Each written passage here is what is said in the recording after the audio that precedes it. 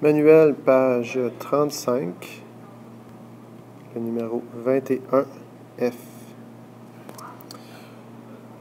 On a un hexagone régulier pour lequel on demande de trouver la mesure de l'apothème.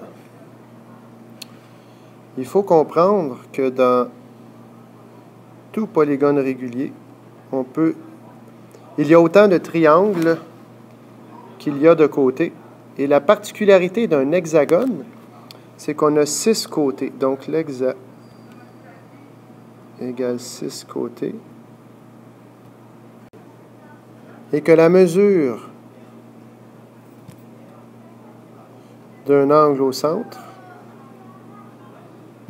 est égale à 360 divisé par n, qui est le nombre de côtés. Dans ce cas-ci, 360 divisé par 6 degrés. Donc, la mesure de l'angle au centre est égale à 60 degrés. Or, si j'ai 60 degrés ici, il me reste 120 degrés à répartir entre les deux côtés, ce qui fait que j'ai 60 degrés pour chacun des côtés. Donc, ici, j'ai 60 degrés, ici, 60 degrés. J'ai donc un triangle équilatéral. Alors, supposons que je prends ce triangle-ci et que je l'agrandis. J'ai un beau triangle équilatéral ici. Et sa hauteur, c'est l'apothème. Maintenant, mon hexagone mesure 5 cm de côté, partout.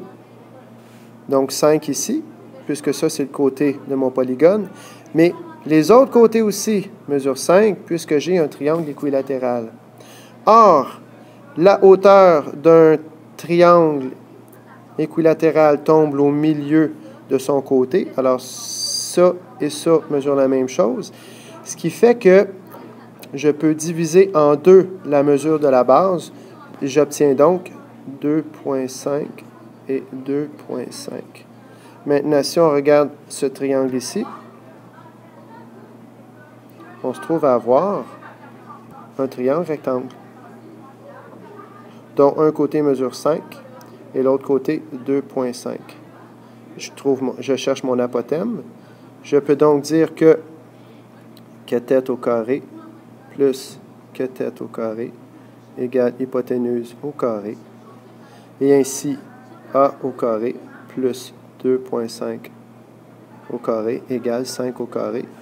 Et avec le théorème de Pythagore en isolant le A, on va obtenir la réponse qui est 4,33 cm approximativement.